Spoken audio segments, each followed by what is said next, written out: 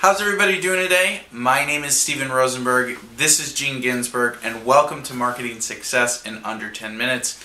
We have a really exciting show for you guys today. We're going to talk about surrounding yourself with the appropriate leadership and mentors and friends and acquaintances.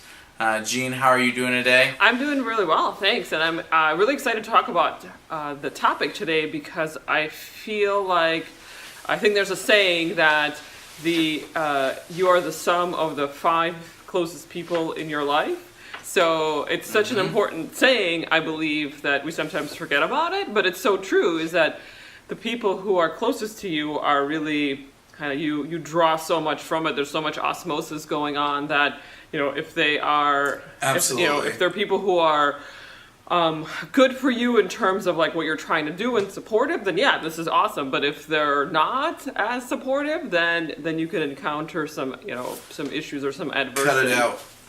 So, and of course, we all know that it's very difficult to cut out, maybe, of course, family, it's very difficult to cut out, even your close friends who might not be as supportive, let's say. And I think we were talking about entrepreneurship here, more specifically, is that it's not just, we're talking about, if you own a business and maybe people are not as supportive around you, I just want to make clear we're talking about that. But I mean, it could be used across any sort of way in your life, but I think more specifically entrepreneurship. And of course, having supportive people in your life is extremely important. And if you find that people are not as supportive, I think maybe it's a good time to have a conversation with them about what your goals are with entrepreneurship and what your goals are, in general. What are your thoughts on that? Like, Steven, do you have any examples in your life where maybe people, friends or family, have not been supportive of your entrepreneurial endeavors, or maybe you've seen it with other people that you know? Sure. It's definitely been both ways for me. I think it's really healthy for you to kind of audit yourself, once a year, or once a month, or whatever you're comfortable with. But I feel like, if there's someone in your life, I agree with what you say where family is harder to deal with, but I think it's really important to at least communicate to them, and if they're not going to be supportive, you need to let them know that, like, you're doing this and you'd really like their support. You understand if they don't want to support it, but either kind of, be okay with it or just don't give any input whatsoever, which is really hard to do, especially with family. But keeping this more focused towards, like, friends and mentors in the business world, I think it's really important to audit yourself and be able to determine who's kind of dragging you down and who's kind of pulling you up. I always feel like the people that are challenging me the most, I feel like are definitely pulling me up, and I like surrounding myself with people that are definitely more accomplished than me, have been through a lot more experiences than I have, are really thriving and don't give me a lot of sympathy for any issues or troubles that are happening in my world.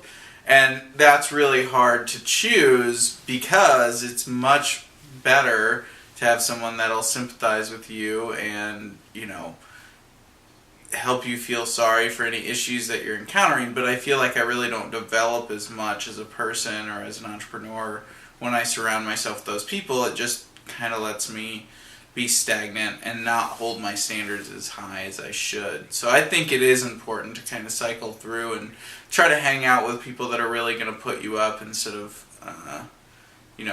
put you down or just let you be stagnant in where you're at. Yeah, of course. It is very important to make sure that you're surrounding yourself with people who are challenging you, because otherwise then you're not really going to thrive as an individual, as an entrepreneur, if it's very much in the same level always. You want to make sure that, people that are challenging you are very important.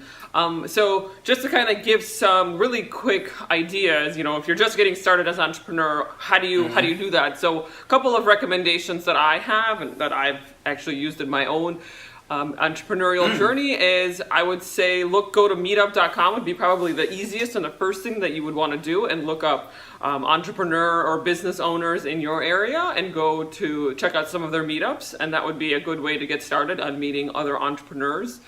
Or other entrepreneurial groups out there besides Meetup. I'm sure there are a lot. Maybe go to your Chamber of Commerce and see if there's any other let's say, meetings or organizations that are related to entrepreneurship. Oh yeah, and then of course there's other entrepreneurial groups, let's say online or Facebook groups that you can join that are also all related to business, being a business owner or an entrepreneur. Any ones that, anything that you would recommend, Stephen, or any other recommendations for getting started on finding other entrepreneurs? Yeah, I mean, I would say number two, the second thing that you could do is I like to find someone in my personal life that you interact with but aren't necessarily in cahoots with, and try to approach them in person and just say, find something on their social site and bring it to their attention. Maybe something, well, I'll just share a story. Sure. Maybe that's easier. So we always love sharing stories on this show. Yeah. So I went to someone that was, an important figure in my business life, and I went online and I found some old pictures of him and went into his office. I'd never done that, kind of intimidating. And I just said, hey, I interact with your business on a regular basis. I know that you're the president of this company. I saw this picture and I just wanted to know how you got from where you were in this picture, young and unprofessional, to where you are now. And that really hit a good nerve with him, and ever since then, he's been a great mentor to me, and even more so, also a friend to me. But if I would not have gone and done that, I don't think anything would have ever come about it. But I just think it was a genuine question, and older people with more experience love to share their stories and their experiences if you ask them in the right way and in the right context. So I think just kind of going up to somebody in person that you know of but don't necessarily know, and just, saying, hey, how did you get to where you are now? Yeah, which kind of brings me to my next point, which is mentorship. So it looks like this person that you interacted with and talked to and tried to bring into the fold became a mentor for you, right? Yes. So definitely. So that's the other point besides, I think getting started with just getting to know entrepreneurs in your area or locally would probably be the best thing. But then as your business grows, or even as you're getting started, I think either way, you probably want to start looking at a mentor, somebody in your, very similar to what you just said, Stephen, someone in your life who maybe and you admire and you would want, and that they have more experience and more entrepreneurial, just a longer entrepreneurial journey for them, that they can maybe guide you through your business. I think it would be great to approach them and to say, hey, how did you get from point A to point B? Because I would love to hear your stories. Because I mean, a lot of the times, I mean, everything that I've been reading about entrepreneurship, it's like we all think we have different problems, but in the end, there's only we all kind of are going through the same problem. So definitely. Whatever happened to, let's say, your mentor maybe 20 years ago, it's probably very similar to what you're going through now when he was going through your mentor, what he was doing 20 years ago. So always different times, different situations, but overall the same general things. Of course, because I think that's one of the things that entrepreneurs always think is that my problems are totally different from from Steven's and from other and Sally's business and Jeff's business, but in the end we're all facing the same challenges, and I think learning from each other is really what I'm trying to get at, is that learning from other people, whether it's entrepreneurs who are maybe on the same level as you, who are kind of going through the same issues as you, or learning from mentors who are, let's say, maybe have gone through all of this and can guide you through some of the ways, is extremely important, because going through it alone is just so difficult and you have so much room for error in there that it's important to talk to others who are in the same boat. Absolutely.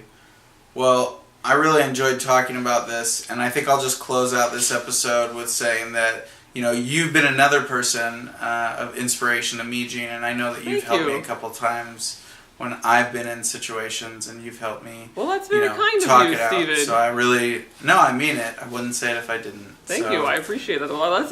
That's a lovely way to end our show for the day. I hope everyone enjoys. Make sure you put some of your own stories down below in the comments. Like and share this video, and until next time, we'll see you guys later. Thanks. Thanks so much for watching. We hope you'll continue to get involved and join us as we help you find success in your entrepreneurial journey. Please follow, like, and share with others who will find this beneficial.